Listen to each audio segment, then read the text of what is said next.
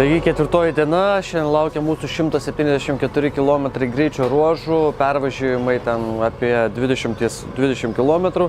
Pirmas greičio ruožas bus vėl labai greitas, o antras greičio ruožas bus vien tik kopos.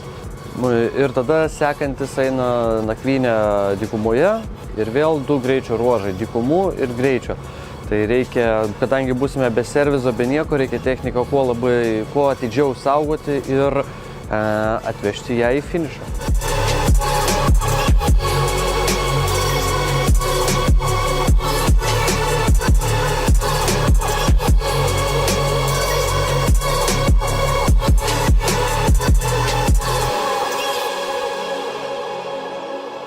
Tai maratoninis greičio ruožas šiandien mūsų laukia.